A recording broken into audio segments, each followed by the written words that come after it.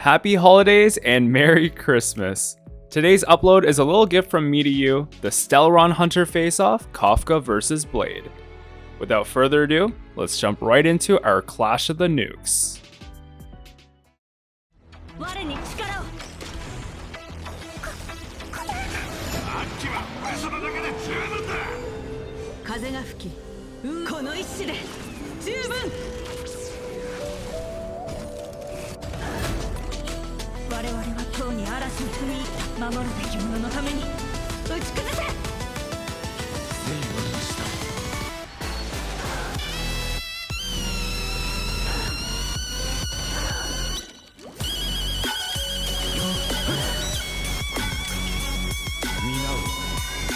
Until your sin is cleansed, my vengeance will pursue you.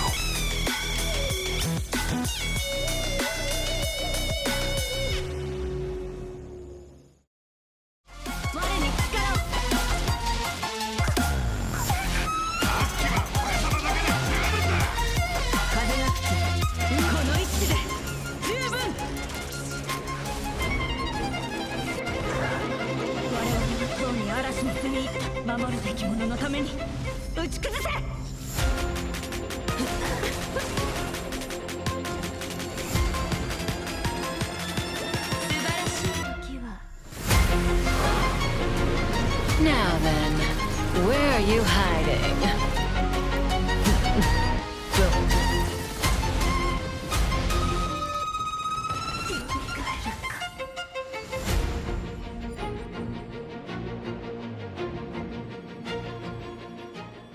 Even though we know who'd win, I think it was still fun to showcase Crit Kafka going against Blade. Honestly, she did pretty well considering, though we have to remember that the Ascended is 40% wind resistant and weak to lightning.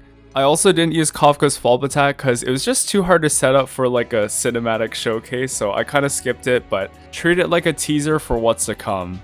Anyway, today's battlefield will be Memory of Chaos 10 attempts each as usual, and we'll take the best run. The only support restrictions are that we must use a sustained character and Silverwolf for both teams. This way, we get the full Stellaron Hunter experience, and it should be quite the spectacle.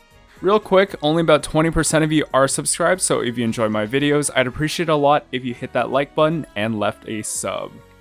With that, let's get on with the show.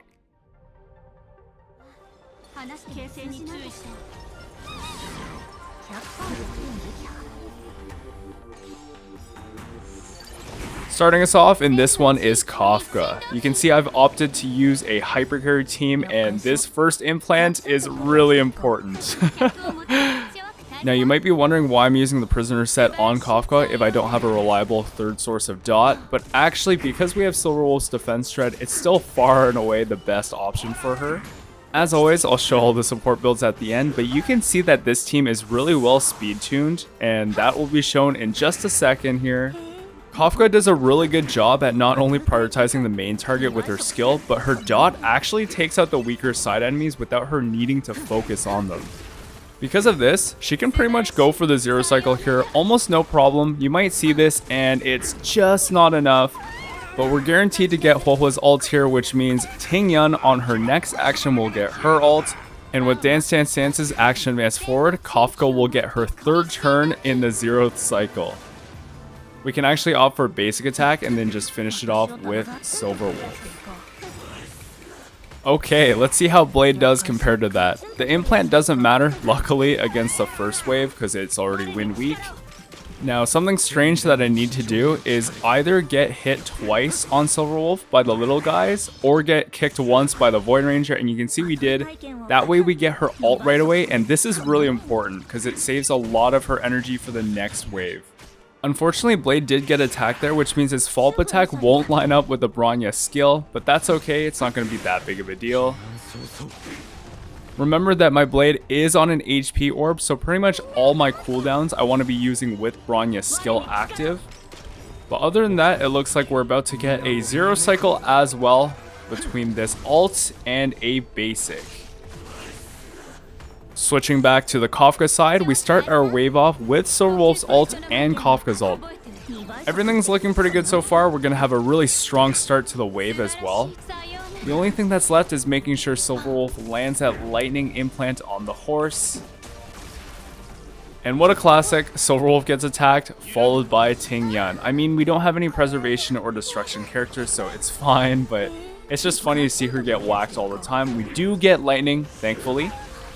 Silverwolf's energy is almost full again, which means we can also apply the defense shred to the other target this time. You can see though that Tingyun's next action comes after the cycle ends, which is a little unfortunate. It means we won't be able to get a 0 cycle, but that's okay.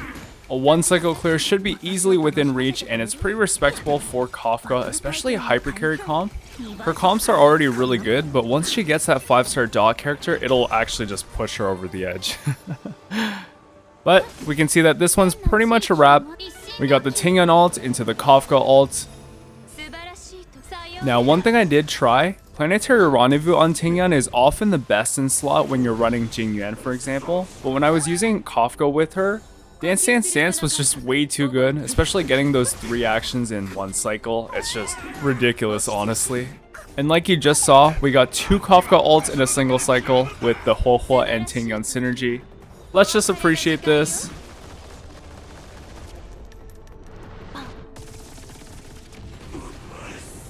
And just like that, we got a respectable 1 cycle clear from Kafka. Alright, we now know the time to beat. Let's see what Blade does.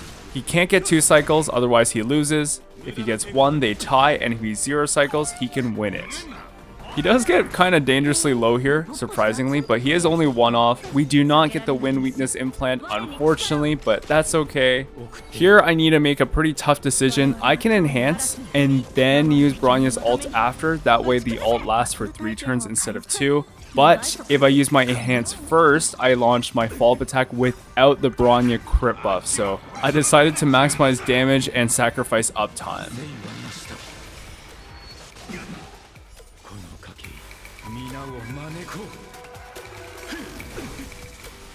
One of the most satisfying things in the game is seeing Blade launch his entire kit in 1 sequence.